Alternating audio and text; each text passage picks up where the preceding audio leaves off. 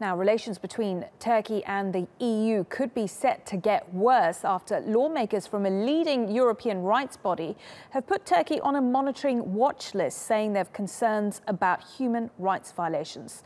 Let's try and get more on this and speak to our reporter Kevin Osbeck, who is in Brussels. Kevin, good to see you. So talk us through exactly who this body is and what they have said about Turkey.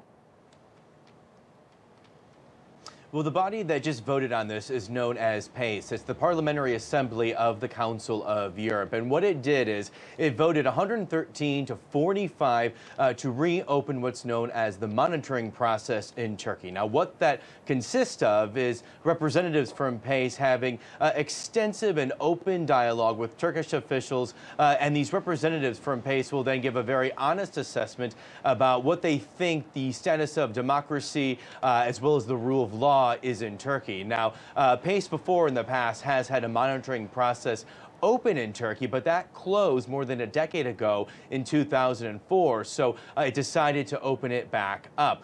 Members of PACE say they have very strong concerns when it comes to the jailing of journalists in Turkey, the jailing of political opponents in Turkey, and also questions over how authentic some of the votes were in that referendum that took place in Turkey just 2 weeks ago. Now, the Turkish representatives there say it's trying to combat terrorism, it's also trying to host millions of refugees. So there's a purpose between everything that it's doing, but that wasn't a convincing argument for a majority of the members of PACE, and that's why we see the vote that took place just about 2 hours ago. How significant is it what this body has said, and how is it going to impact what is already a very strained relationship between the Turkey and the EU? Well, that's right. So PACE is not part of the EU, but we do know that EU and Turkish relations have been tense and only getting tenser. This likely will not improve this relationship whatsoever at all.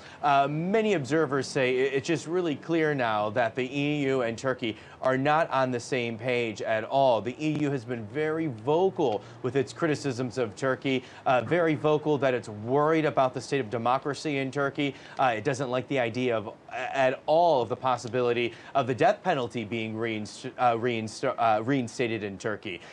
So it appears that the situation could just go from worse to even worse. So really what's hanging in the balance with all of this is that EU-Turkey agreement that keeps Turkey hosting some 3.2 million refugees and prevents them from coming to Greece and other parts of Europe.